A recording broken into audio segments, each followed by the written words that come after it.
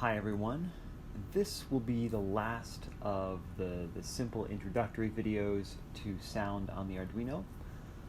We're going to look at a project that's a little bit more complicated and kind of brings together a couple of different types of components. But what I want you to learn from this is the fact that once you get a variable in the Arduino, once you have a numerical value, you can do a lot of different things with it, essentially. In this case, we are actually going to manipulate a variable by the use of a potentiometer attached to an analog pin, and that's going to be used to drive both the frequency of our speaker and the brightness of a light. And so the reason that I'm doing this is really to drive home the point that in the early video games that we're talking about in class right now, or that we have been talking about in the past couple of sessions, there really is very little distinction between music and code. The way that music worked was very much related to code. It was very much hardware, very simple sound generating features that the earliest game developers, the earliest game sound designers and composers had to figure out how to manipulate on a very low level. So by doing projects like this and by tinkering with the code, we're seeing exactly how really down in the dirt you have to get with early sound generation systems when they were programming in assembly language and things like that. Like really, you're engaging with numbers in a very raw way and then translating that into music in various ways. Some of those translations were exactly like we saw with the tone melody demo, where they just pair up, you pair up rhythmic value with pitch, you put them together, you get a melody that has durations on it. But there's a lot of other stuff that you can do, and once you have a value in there, you can use it not only to generate sound, but also to drive other things. So we can think of a game like Space Invaders, for example, where the speed of the game actually increases as the rows of aliens get closer to you. The things become more intense. But as the speed at which the clock speed is going, as the clock speed increases, the tempo of the music actually increases. And those are just using the same variable or the same reading of the system's clock or the system's timekeeping device. They're just using the same reading to drive both the tempo increase and the increased frame rate or refresh rate, or the increased rate of movement of the enemies. So this is just a simple demo that shows you how you can take numerical values and use them to drive multiple things at once. So along with this video is a piece of code that I put together called Siren Synth. This is on the class website. I'll put a link to it in the description as well, just to my own GitHub page, so you can find it if you're coming across this video outside the context of the class. This is built off of an Arduino demo that uses conditional if-then statements, and it pairs that up with a simple synthesizer. So I'm going to look through a couple of the things that I talk about here after I demonstrate this to you, and then I'll show you how to build it. So this is the synthesizer. It's already put together.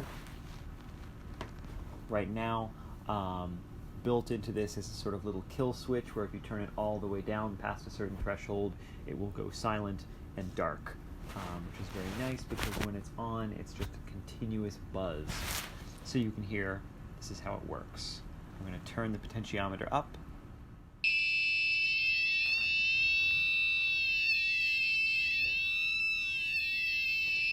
So to turn it down so we can hear ourselves think. As I turn the dial counterclockwise, you'll see the light grows brighter, the pitch goes up, to the degree that this very cheap speaker can actually imitate that. You also have a kind of harmonic that goes against you in this case. But as the value increases, clockwise here, the pitch actually goes up. So just to quickly explain what a potentiometer is, this is what the potentiometer that comes in your kit looks like. If you look in other contexts, I don't think I have, oh, there it is. If you look in other contexts, this is sort of a bigger, fancier potentiometer. You'll notice this is basically like the knob on an electric guitar, which is not a coincidence. So what a potentiometer does is essentially it takes in current and then it attenuates that current, or in this case it's creating a stream of analog serial data to the Arduino based on how much of that current it's going to let through, which is just going to be sort of all the way closed or all the way open. In this case, all the way down, or I can turn it all the way to the left to have the highest value.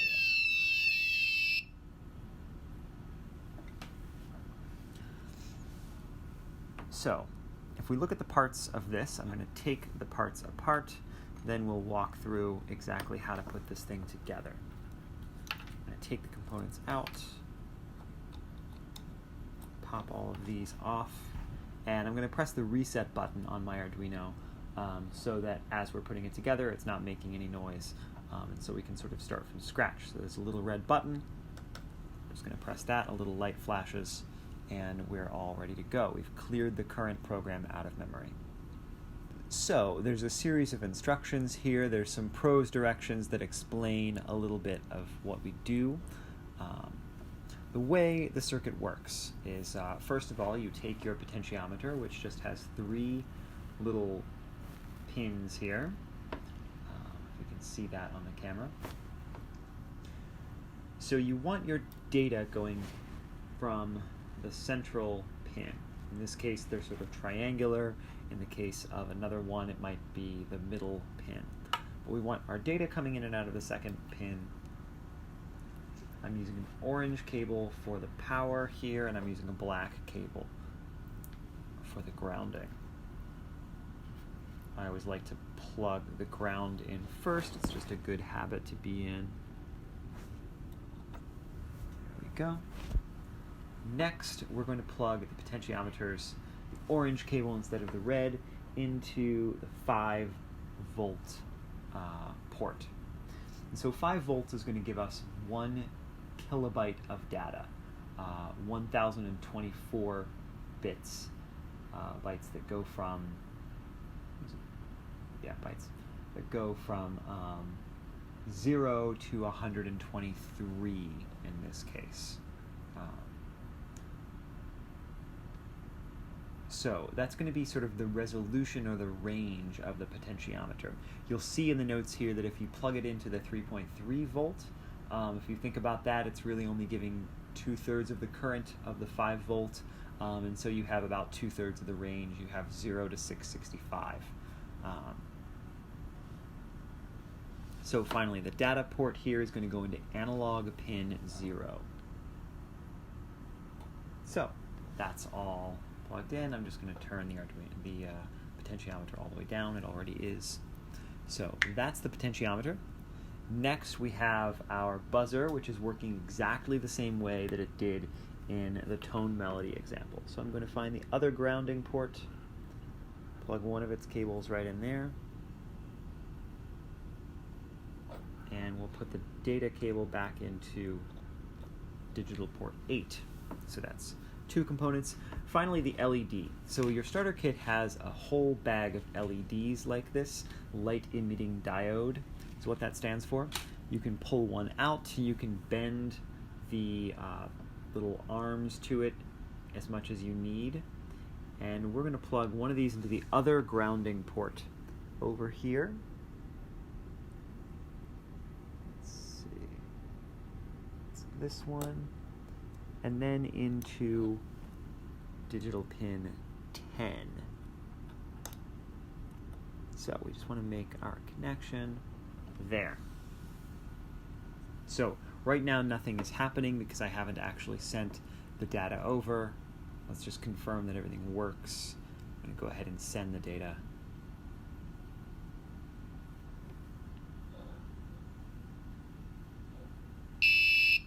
Yep, everything's good. So if I unplug the light, or if I unplug the sound, in fact, we can see how the light grows brighter and dimmer. So what this is doing is it's passing the very same numerical value, which you can pass through raw, or you can sort of perform operations on it.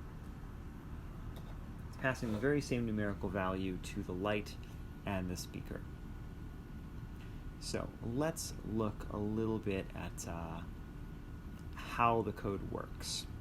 So first of all, I set up some constants here. I like to label I like to create variables that tell the user exactly where these pins are plugged in, exactly what is plugged into it. So for example, the analog pin is A0, that's the pin that the sensor is connected to. LED pin is 10, that's self-explanatory here. Buzzer pin is 8, also pretty self-explanatory. And then threshold I've set at 100. So as I said, I decided to make it so that if you turn the knob all the way down, it will turn off. So in this case, if you turn the knob down past 100, which is 10% of the available range, basically the bottom 10% will actually produce silence and will produce no light. So you can set that to whatever you need. If you really needed to have sensitivity, for example, you could set it to just 5 or so that you'd really have to zero out the potentiometer. Right, next we need to set up our sort of input-output pins. We need to tell it pin mode buzzer pin, so whichever one you set there, it was 8, as you see above. We set the buzzer pin as an output pin. That just means it can receive data being written out by the Arduino. Same thing for the LED. These comments are actually backwards, so we initiate the buzzer pin here. We initiate the LED as an output. And then finally we get the serial monitor going, which I'll show you. We've seen that before in an earlier video. That's the stream of numbers that is coming in from the sensor. So next we want to get this variable called analog value by doing an analog read, that is reading the number that is coming in from the analog pin. As you remember, that one was A0. So it's telling you at the beginning of the loop, the very first thing in the loop is read what is the value coming in from the potentiometer. Is it between 1 or 0 and 1023? Then the comment sort of says if the analog value is lower than 100, silence the synthesizer. If it's higher, produce sound. So this is a loop there. If analog value is less than threshold, no tone.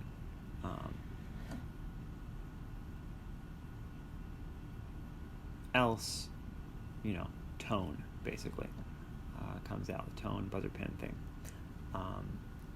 Then the other comment here is that the LED works on a slightly lesser scale. It's 0 to 256, which should be another sort of familiar number, another familiar power of 2 that happens in programming a lot. But what we're doing is to get from 1024 down to 256, we're taking the main value and we're just returning a quarter of it. So that brings any number from 0 to 1023 down to the range of 0 to 255, and that's going to dictate the brightness. So 0 is off, 255 is as bright as you can possibly go. So you can see how both of these are going kind of together. And in fact, I see that when I made this or last worked with it, I decided to double the analog value to double the frequency. So I'm actually going to take that off, and we'll see how it sounds a little bit different.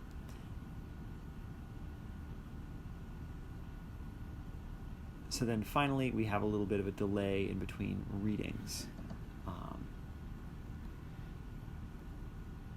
So let's see how this works now.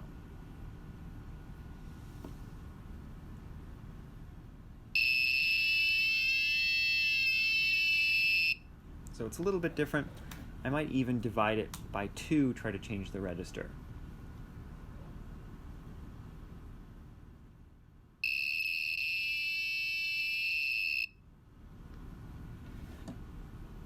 So not a very good speaker, doesn't always respond to these things very well. But basically what this is trying to do is to create a synthesizer that creates a note based on the potentiometer and then makes the light brighter and dimmer. So you can get an idea of how all you have to do is take a variable there. If I turn on the serial plotter for you, we'll unplug the speaker just for a moment. This is the serial monitor, and it's showing you in real time the data that it gets from the potentiometer. So this is all the way off. I turn it a tiny bit. I feel like I'm turning a lot, but it starts to register 8, very low, 10, go all the way up to 1023, maximum to the other side. So this value is being read in every other millisecond, basically. So 500 times a second, this thing is being updated. And you can see them fly by there as I turn.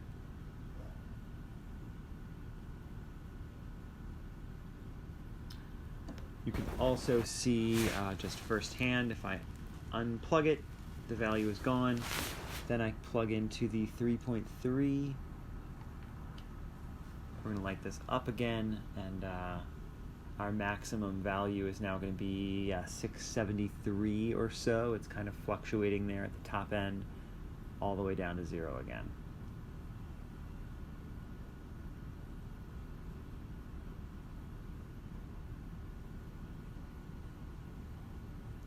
So the LED behaves ever so slightly differently when it's doing this now. But that's my last demo for this unit. I hope that this can kind of inspire you or show you the different things that you can do. I have other creations, but I'm not showing them at the moment because I don't want to sort of intrude on your creative space. The assignment that you have to do this week is going to be tweak one of these demos, change a variable, just kind of make it do something slightly different, or maybe add a light to it. That's your first practice assignment, and then your sort of bigger thing that I'll ask you to do for next weekend will be to create something that makes sound of some sort and document it. So I don't want you to feel like, oh, I can't do this because Professor O'Hara did it. Feel free to create. I'm not going to show you more, although I'm very happy to talk to you about the Arduino, help you with troubleshooting, help point you towards additional resources. I'll post some online. There are a lot of YouTube tutorials out there, a lot of written tutorials about how to do various things with the Arduino. Once you become advanced, these can actually interface with real electronics. You could drive MIDI and create real sound with these instead of little buzzer synthesis. You can interface with all kinds of different sensors. You can interface with visual representations through something like processing on your computer. You could create animation based on it. Really there's a lot of creativity is possible with the Arduino. So I hope this has been an interesting introduction, or an interesting capstone to our introduction to sound, and I can't wait to see what you come up with.